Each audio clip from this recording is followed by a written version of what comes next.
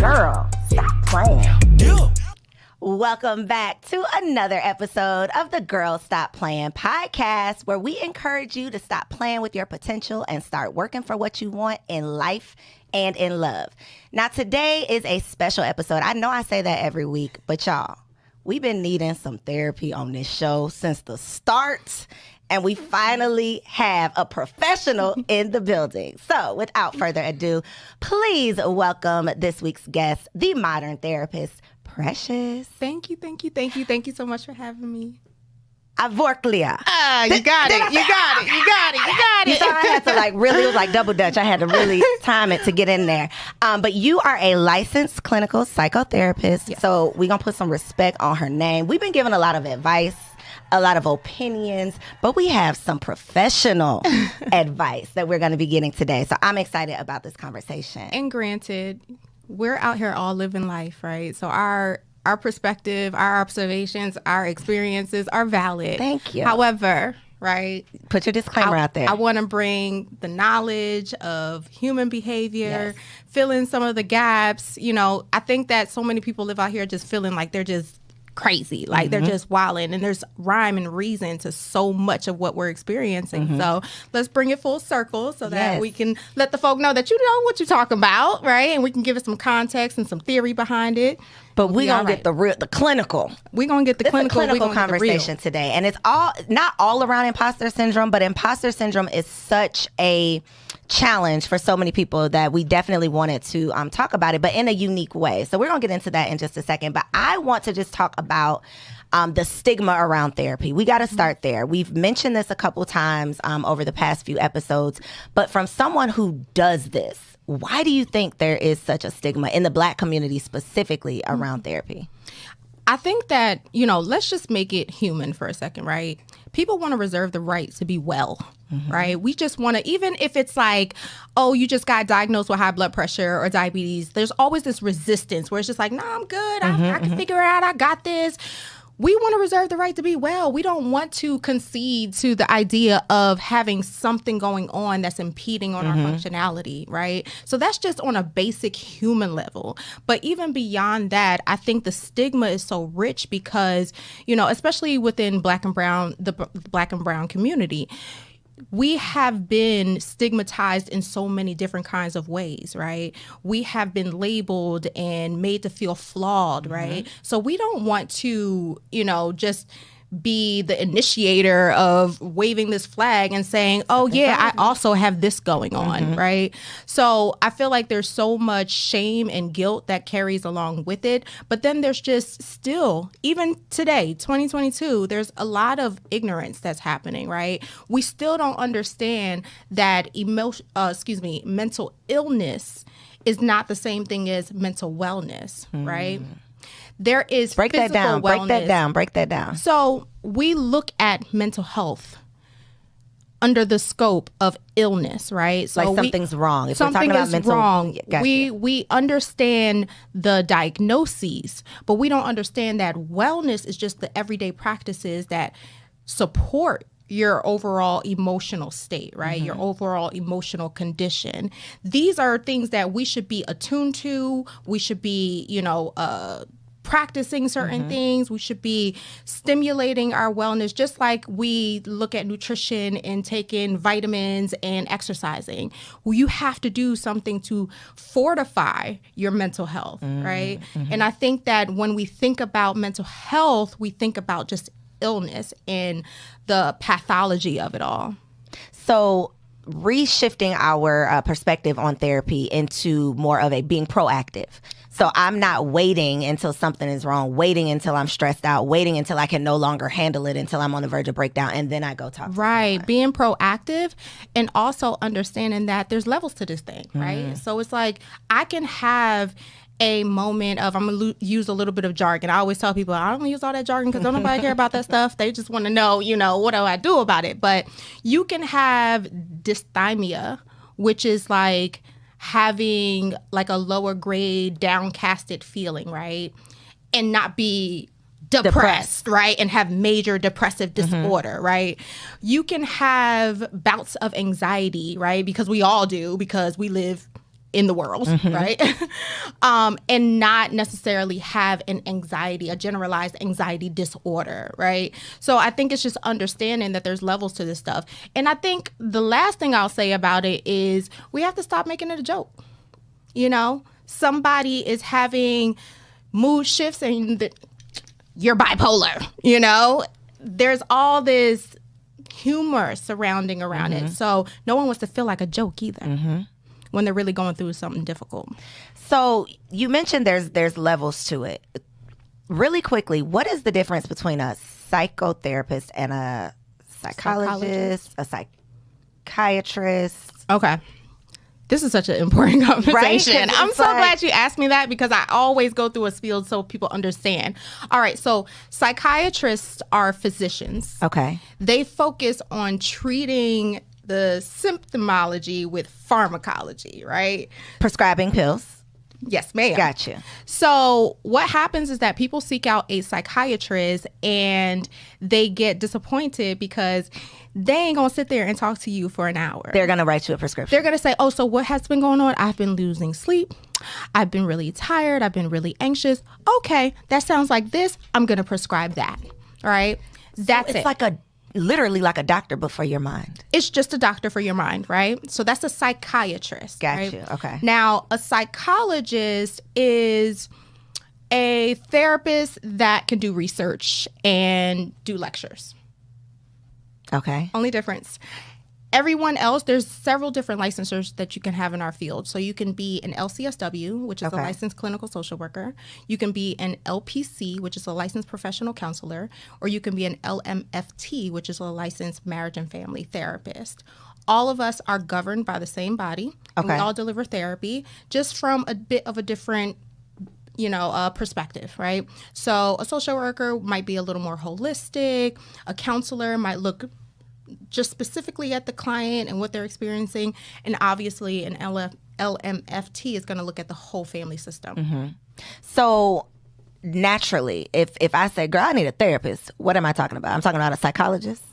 You are talking about either a LCSW, typically, either an LCSW, a LPC, or a psychologist. LMFT will typically be for your couples and your children and your family. Gotcha. Okay. So for someone who's listening to this and they're like, okay, I'm still on the fence. Like, I feel that we all need to speak with someone. Like, we're all dealing with, especially if we just start breaking down the Black community and the generational traumas that we are holding on to, that we sometimes don't recognize that we're holding on to, that we sometimes are, they're showing up in different ways and we don't know why. But for someone who may still be on the fence and just doesn't feel like, I know you know those people, or maybe you don't, because by the time they come to talk to you, they didn't figure out they need to come talk to you. I know those people. They show up still ambivalent, like, I'm good. Right. For those people, are there other resources that maybe they should explore or can explore first? Because it is intimidating for a lot of people to take that step and say, I need help. And then to take the next step and actually, start getting the help. So for someone who's not yet at the place where they're willing to let somebody else know their issues, are there any things that you recommend as far as resources for kind of that middle ground? I know I have a problem, but I'm not ready for that yet. So that's a bit of a tricky question, right? Because I hesitate to put out any blanket suggestions, right? Okay. Because your listener might be someone who is in the throes of depression and really needs to probably seek out some type of support. What I will say is that I think that books are a great form of self-reflection, using like mental health guides and so on and so forth. I have my book out, Just Breathe, an affirmation guide. It's available on Amazon. But we'll link it below. But resources that can offer you the opportunity to challenge yourself, to question yourself, to probe yourself, and just do this full-on self-exploration will be a good starting point. Now, let me say this. I'm not someone who says that everyone needs therapy. I believe that everyone could benefit from therapy, right? But I'm a realist. I call myself the modern therapist because I'm kind of like the around the way girl type of therapist. I give it to you straight. I'm honest. I'm direct. I tell people that, therapy is not everybody's cup of tea. And that's okay. That's okay. But if it's not therapy, you better be sure that you have identified what your modality is, because everyone needs to get to a point in life where they are looking at their emotional self, right? We're not taught that stuff early on. So at some point we have to get into it. However, by any means necessary, right? So if therapy isn't for you, I hope you have, just a great aptitude for finding the resources and doing the different practices like journaling and affirmation and mindfulness and self-care and so on and so forth. All that woo-woo stuff. All the woo-woo. Find time for the woo-woo stuff. The woo-woo stuff is so important. It's crucial. Because it's really life management, right? I don't know a person who did not arrive at a point where they had to sit down with themselves and say, man, there's a lot going on. I have to figure out just how to do capacity management.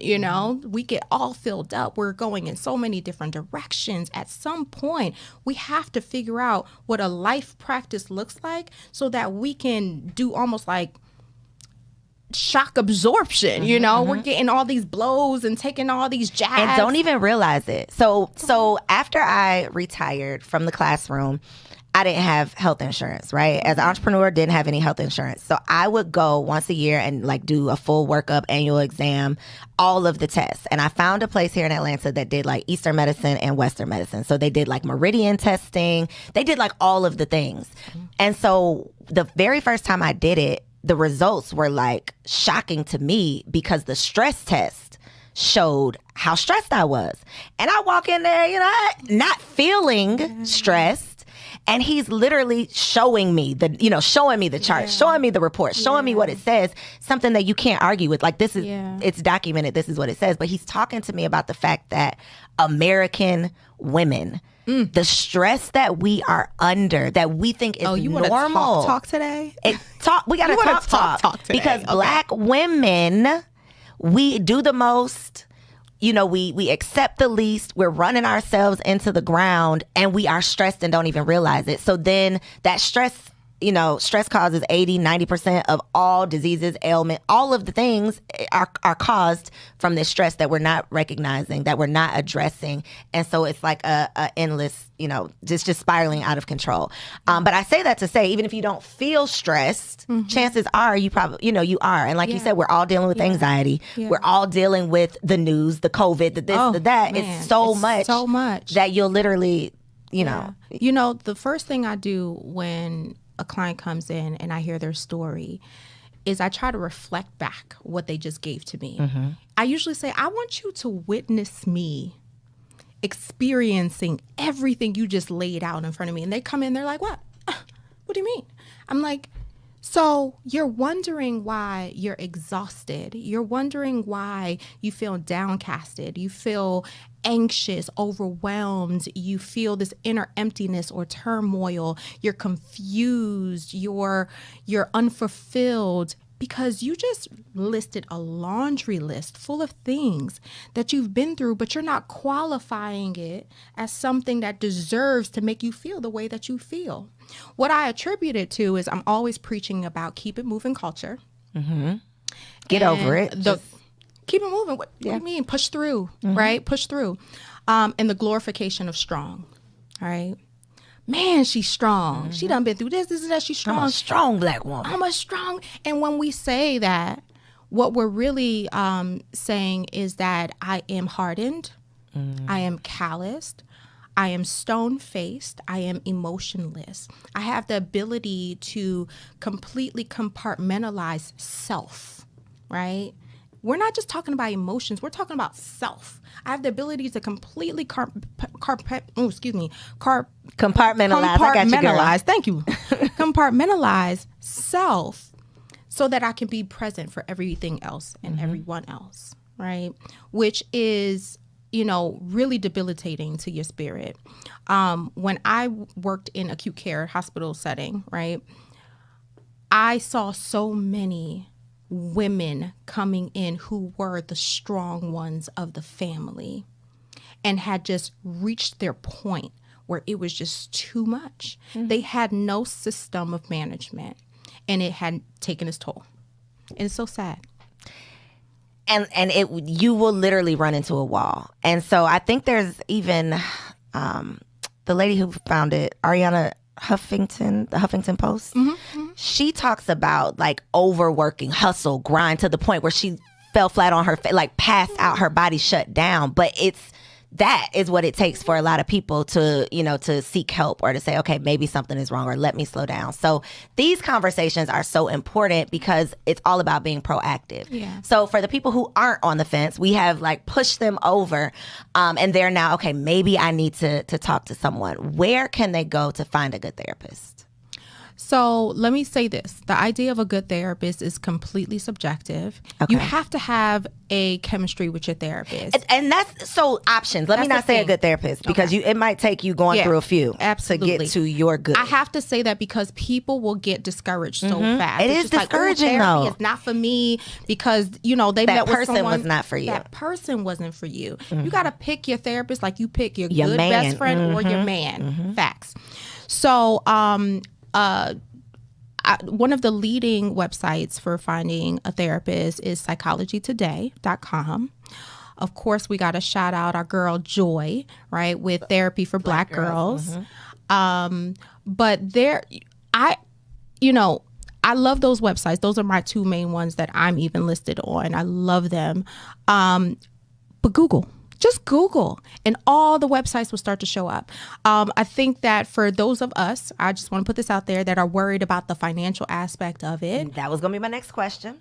Go call your insurance first. Okay. Call your insurance, get names of people who are on your insurance panel, and then match them against what you see on Google, right? So then, because the insurance panels don't really give you information about these people, right? And you want to get a sense of who they are before you go and do a consultation and all that, this and that.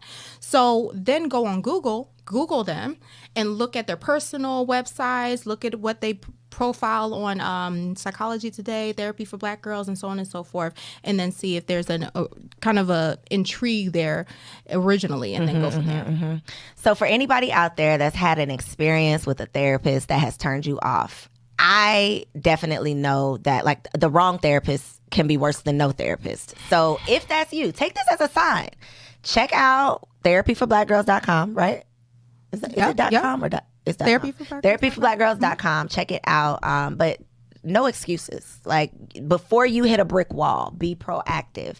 And I love that you just mentioned the fact that we do often look at mental health as an illness, like mental illness, when in actuality it really is just about being well. Yeah, thank you for bringing that back up, because I was going to say there's nothing wrong with talking to somebody in general, even if you don't think that there's something wrong with you, or that you're really at a challenged place in your life. There's nothing wrong with just having this third party person to talk to, because let's be real. Not all of us have that person in our lives, right? Our girlfriends all have their own feelings and opinions about what we're going through. Our families want to kind of lecture and judge and this and that. And you need a place where you can just go and unapologetically just like lay it all out on the table, And, I tell my clients that there's so much power in just releasing it. People will be like, oh, I feel better today. I ain't do nothing I ain't do anything spectacular. You just came in a place where you can be your safe truth space and speak your truth. Yep. That was the only difference. Yep. Right. So I think we just need that place. We need that place to go to and release. An outlet. Yeah. I love it. Okay. So let's get into this talk about imposter syndrome, because I know that you work with a lot of women. I don't know if this is a man thing. I don't know if men deal with imposter syndrome, but my audience is women. So we're going to talk about it from the perspective of women. Define imposter syndrome, first of all, because I do feel like it's one of those terms that's just thrown around and I might think it means something else than what it actually does. Yeah. So define it for us. So imposter syndrome is at the root of your self-worth. It's where you have typically arrived at a place of success, having achieved something that you have been longing to achieve. And when you arrive there, you're having a difficulty really digesting that you deserve to be there. So your time is spent questioning, do I deserve this? Why have I been afforded this opportunity? Do people really value me here? Am I worthy? Am I worthy? Have I earned this? And it really starts to become a a debilitating experience because you spend so much time in your mind and in your thoughts that it starts to manifest outwardly, right? So now you're not as bold or vocal, and you're really just not relishing and enjoying the moment. I believe that this happens in relationships as well. Yes. I feel like I more than believe it happens in relationships. It's not just my belief. I have seen it. I have heard women attest to it and speak to it, both in my practice and in my friendships, where they may finally find that connection. But because we have unresolved identity issues, right? We have been navigating all of these relationships that haven't necessarily been reflective of our worth. We cannot digest or accept that something can be good. That right? Someone good can want us. Someone good can want us, right? So then we spend time questioning, you like me for real? Why you like me for real? Well, if you really like me, then. And you know what we do next? We start testing.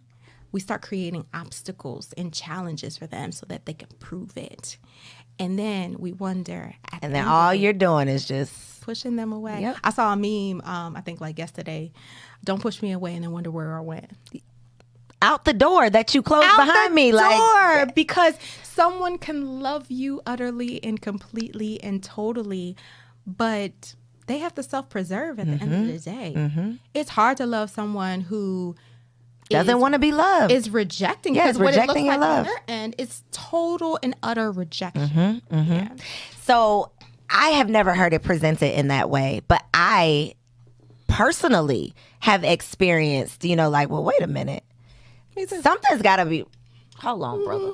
I'm side-eyeing you. Where the shoe? Where it's like drop too at? Where it's going to drop it's from? too good to be true because we're so accustomed to it not being that, like it not working out. Right. And so I know for sure, and I know, it's exactly what you're saying, that this can literally sabotage your relationships the same way that it does in business. And that's how we often talk about it. Like you're going to a new place in your career or you're starting a new business, especially like coaches. Why would anybody pay me to do this? Who do I think I am to charge X, Y, and Z? Entrepreneurs in general deal with it on a daily. Oh my gosh, do you remember the first time you had to like invoice someone or tell them how much you cost? And, Listen, still, as my prices go up, it's still like, well, wait a minute. What are they? What's their response going to be? Like, are they really going to, even if they say, okay, are they really going to pay the, are they? So those thoughts I don't think they're ever going to go away. But I think in being able to recognize them and reflect on the root, especially when it comes to relationship, because ladies, like, we don't have all this time to waste. So if you are blessed with something good and then you ruin it, like, I don't know anything worse than getting what you pray for and then you ruin it because you weren't prepared for it. And I feel like some people might say, well, how do you know it's imposter syndrome and not that you actually have something to be concerned about in the relationship, right? And I'll tell you all what I tell my clients: rely on the data. All you have is real-time data. What do you see, taste, hear, smell, feel, right? If it isn't in the data, stop driving yourself crazy looking for it, right? Until new data presents itself, believe whatever there is in front of you. I think we spend so much time creating data. And that's the other thing. Choose your perspective, right? We choose our perspective every day. Choose the one that serves you. So do you think therapy should be a prerequisite for relationship? Because we talk about like premarital counseling. That's like a known thing. We're about to get married. Let's go to therapy. But why are we waiting until we've decided that we're about to get married to go to therapy? Like, what's your opinion on that? So a number of years ago, Jada Pinkett Smith did a IG, and she talked about falling in love with someone who is invested in self-mastery. And I remember that post. It hit me, and I'm like, this is it. And I remember reposting it, and I've brought it up in sessions and to many people that we have to align ourselves with people who are invested in self-exploration and personal development, right? Because that, I think, is what transcends time. We are never one thing always, right? I always say that we will greet ourselves several times over, right? Across our lifespan, right? Say that again. Say that again for the people. We will greet ourselves several times over across our lifespans because we are forever evolving. Right? And I think that when we're looking to connect and attach and move along our respective lifespans together, we have to both be invested in self-exploration. The moment self-exploration is the moment that you greet yourself again and say, hey, you've changed, you've grown, something's different. Let me learn you a little bit. Right? And then personal development is now, how do I wrap myself in my new self, right? How do I wrap my lifestyle and how I manage things around what I've learned about myself? If two people are doing that alongside one another, I think they do really well, right? But it's the people who are like resistant. I don't need this. I don't need to. I think that is what we have to look at in relationships. So I wouldn't necessarily say that therapy has to be a prerequisite as much as whatever mechanisms they have for personal exploration and development are in place. Something is in place, right? I think that therapy is great. Again, I think all of us benefit from it, but not necessarily all of us need it. And the reason why not all of us need it is because some of us did develop in a conditioning that allowed us to have certain practices that moves us forward, whereas some of us were stifled by trauma and so on and so forth, and we have to go figure some of that stuff out. And that is where I think a lot of challenges come in relationship. When you have not figured yourself out, then you attach yourself to someone who has not figured themselves out, and then y'all are butting heads trying to figure yourself out, him out, the togetherness out. And all the while just projecting onto one another. Exactly. Yeah. So if you're in that situation where maybe you've decided, okay, I'm into self-exploration, I'm into personal development, I've gotten my therapist, I'm doing the work, and then I meet this great guy who is a great guy, but he's not there yet.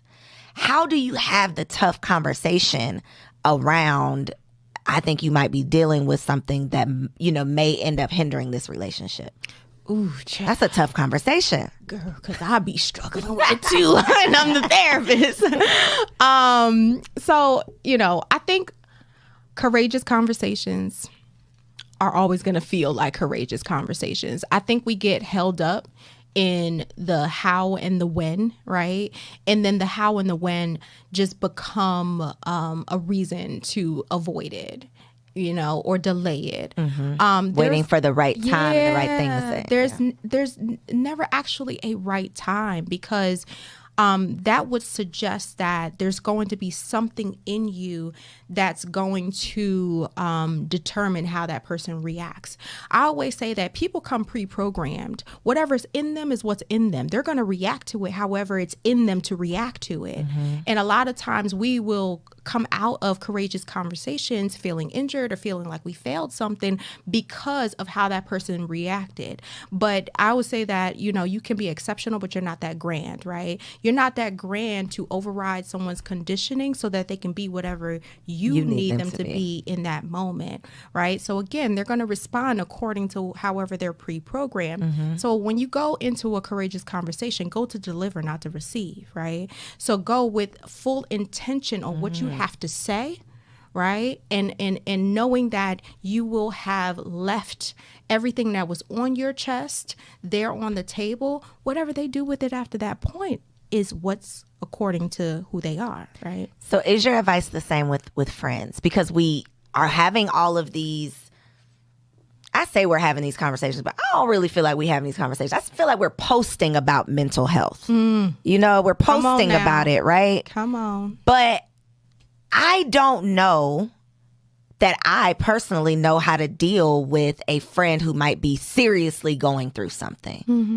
How do you have those, the same type of conversation, I guess, with a man? How do you, is your answer the same? Like, go to deliver, and not necessarily like how they take it is not your problem. You just need to make sure you're delivering.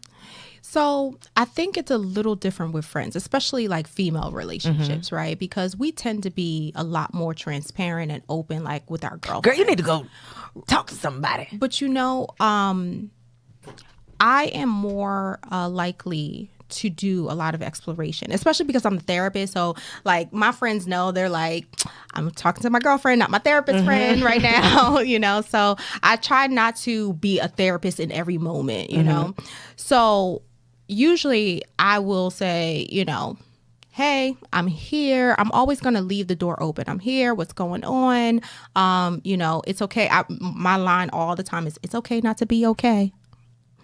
I think that is the greatest support you can ever lend to someone. It's okay not to be okay. And I'm going to be not okay right here with you, right? So I think it's just being present with them and not forcing them, but letting them know, you know, hey, this might work, that might work. You know, what do we want to do, right? Because I'm in this with you. I'm a resource. I'm a support. And then the check on your strong friends side of things. If you are the strong friend, who, like, is that a thing? Yeah, so I am the strong friend. Right. I imagine you are the strong friend too, right?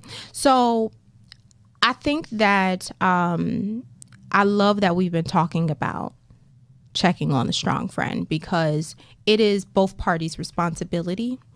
The thing about being the strong friend, you know, and I've had to confront myself about this too, is that we don't give ourselves a break from being the strong friend, right? Because being strong, we talked earlier about the glorification of strong, right? And it's something that you are labeled with at some point in your life, but then it becomes so much of your take it identity, but then eventually becomes a cage because the strong friend doesn't really get to have issues, doesn't really get to have problems, doesn't really get to be vulnerable, doesn't really get to say, hey, I need, or I want, or can you, you know, we don't really feel like we have the liberty or the luxury to be. Because you're supposed to have it all together. State. We're supposed to have it all together. We're everybody else's confidant or resource, right? But I think we have to be courageous enough to be vulnerable enough so that people recognize that we have needs too. You know, we really do contribute to each dynamic that we create, right?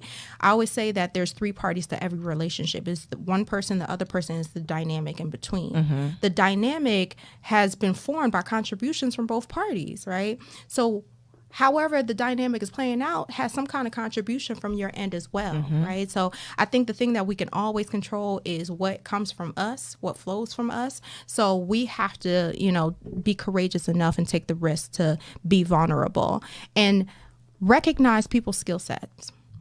We get slighted because we might try to be vulnerable and then someone's like, oh, I'm sorry. You know, they just don't give you what you give them, right? It's just like, girl, when you were going through what you was going through, I was in the trenches with you. You talking about, oh, I'm sorry. And you feel so let down in those moments. But the thing is that person probably didn't intend to let you down. They just aren't the friend that possesses that skill set. You probably connected to them because you were the person who possessed the skill set that they needed. That's a thing.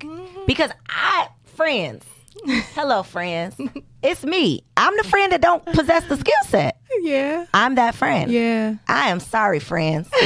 Wow. It's like your love language. Yeah. It literally is how I express my love, how I receive it. Wow. That's deep. Matters of emotions are all skill sets too. And I think that we struggle because we don't consider them skill sets. We consider them personal.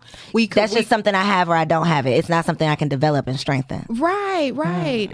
Or we feel like that person didn't give me what I needed because they didn't think I deserved it or that I mattered enough or that I was important enough. Not that they haven't developed that skill set yet. It's literally not in them to give you what you need in that moment because their life journey didn't afford them a moment in time or a lesson. It's literally the 4 agreements, you know, not taking anything personally. It's very hard to do, but if you can master that, it's like It's as simple as it is complex. You know, these things we're talking about, none of it is easy, right?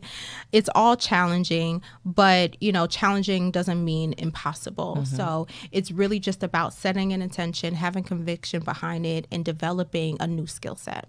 So you mentioned earlier, I think it was before we were on air, about the fact that you work with a lot of women who have like the superwoman syndrome. Yes. And I think that's why we're so stressed out. But I don't think we're choosing to have that. I think it's like what we naturally kind of take on. Like you said, we're just used to be the strong person. We're used to, you know, carrying all of the weight and balancing all of the things. Yeah. What is your advice for a woman that's watching this that may be on the brink of breakdown? Maybe she knows it, maybe she doesn't, but she's just carrying too much. So what you said is true, right? It isn't something that, you know, we want to be, but so it's part learned behavior, it's part role identity, but it's part core belief. I'm only as good as what I could do for people. Ooh, right? So we can't travel back in time to we can't travel back in time to change our conditioning, right? And role identity can be reshaped. Pause for you see it's still sitting here, right? I'm sorry, y'all. Yeah. We think that we are only as good as what we can do for people. Wow. I'm only as good as what I can do for people. Yeah. We qualify ourselves, we measure our worth based on our delivery and how pleasing we are to people, right? Which is why we feel so deconstructed when we're like, didn't I do good? We're literally like, didn't I do good? And people are like, I mean, no cares. Yeah, nothing. Like they have nothing to really demonstrate good job or reward you in some kind of way, right? So then we get caught in this cycle of doing and doing and doing more and adding more to our repertoire until we're completely spent. It's the absolute betrayal of self-preservation. So I would start there. I would start with reshaping perspective. I would start with understanding that your value is greater than the sum of one person's perception of you. If I could drop the mic. I mean, wow. That's deep. Yeah, it is.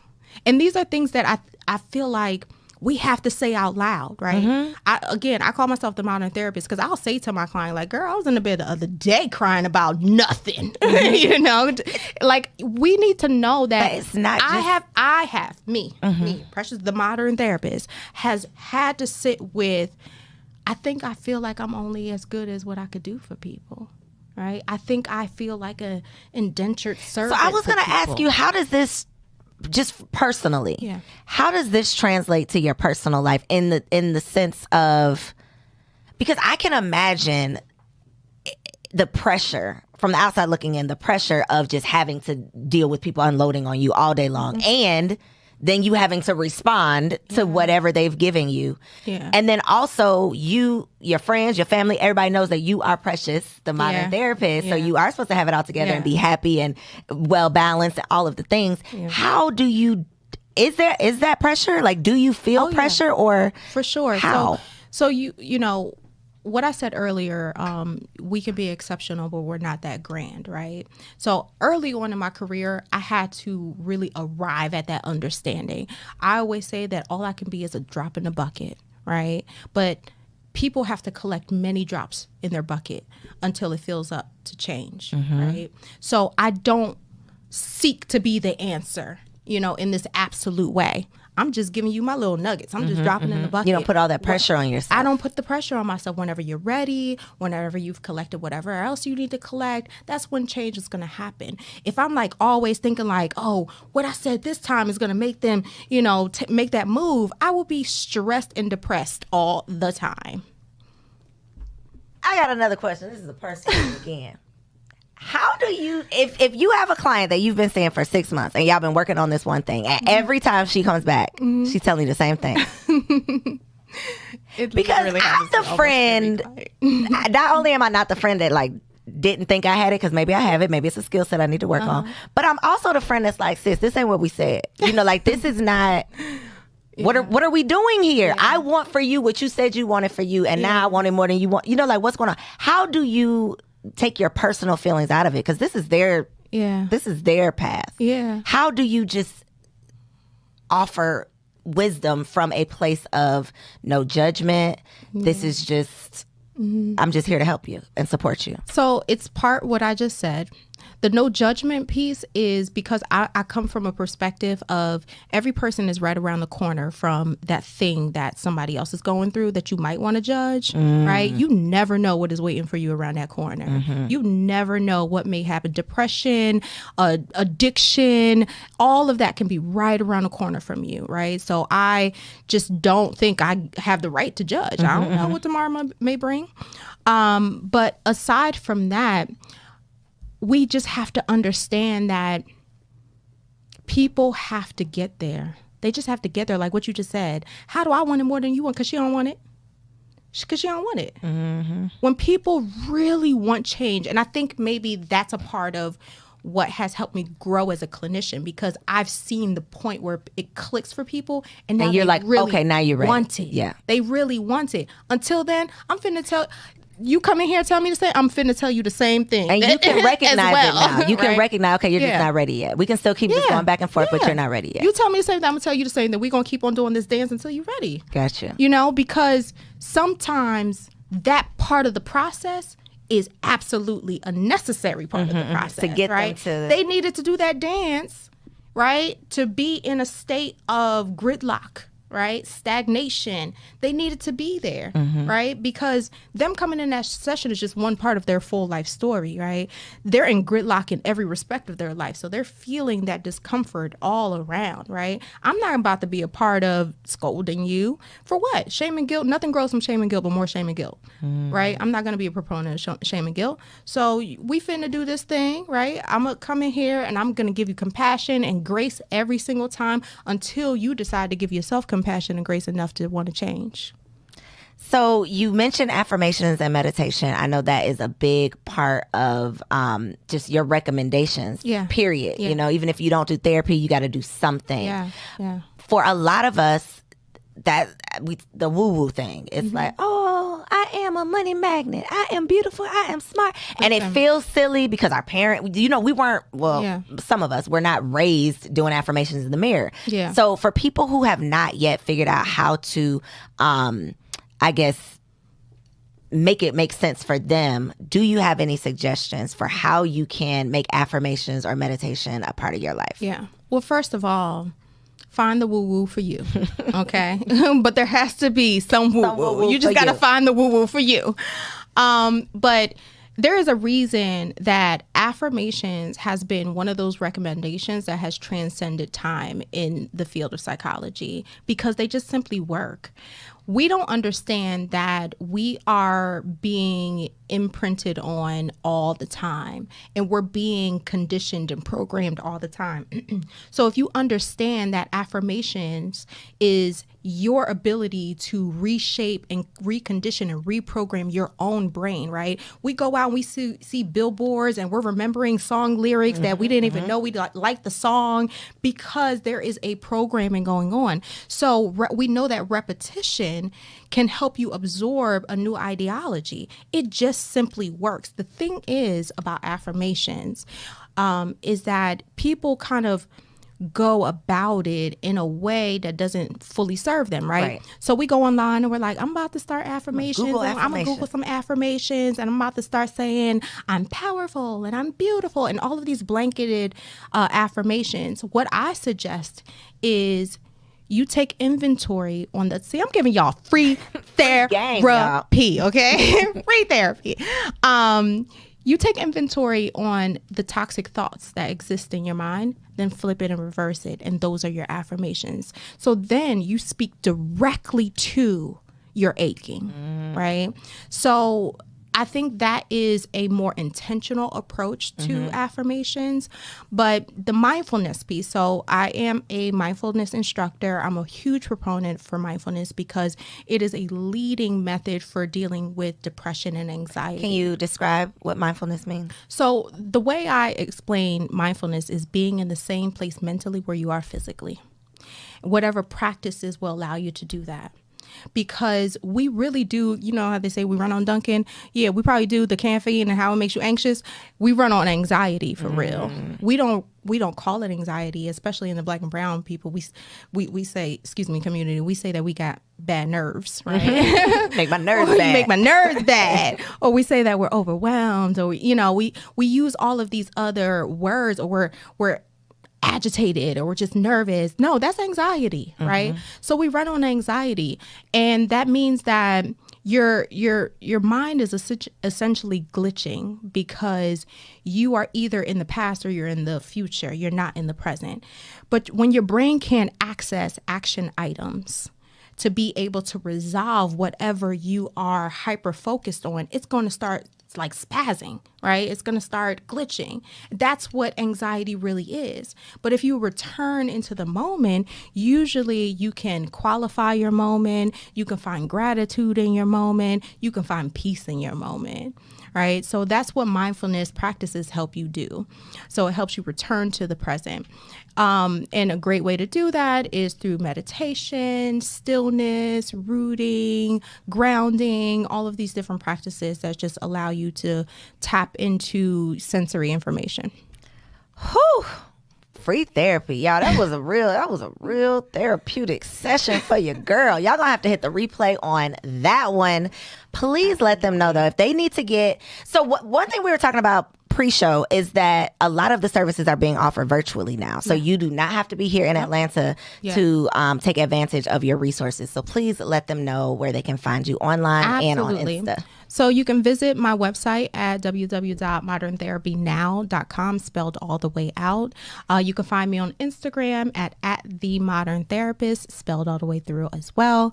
I also have a product line at shopjustbreathestore.com where you can get some products that will help you as a beginner meditator to start your mindfulness practices with candles and sage and crystals and all things. Types of all the woo-woo for you. All the woo-woo for you. I have enjoyed this. This has been an amazing conversation that I believe is going to move the culture forward. I hope so. Now listen, y'all. This Sunday, April 10th, I am kicking off my 5-day Make More Money Challenge. If you are ready to find out how you can start creating intellectual property so you can get paid every day, you need to be in the building. The MakeMoreMoneyChallenge.com is where it's at. Peace out. We'll see you next week. Bye. Entrepreneurs, I know you did not start that business so you could still feel broke. And I'm sure you did not become a CEO just to enslave yourself. Whether you realize it or not, employees are not the only ones living paycheck to paycheck. There are plenty entrepreneurs living project to project, sale to sale, and contract to contract. So if you want to find out how you can increase your cash flow so you can finally free up your time and enjoy the fruits of your labor, I need for you to join me April 10th through the 14th for the Make More Money Challenge. I'm going to teach you how you can turn every day into payday. I'll see you there.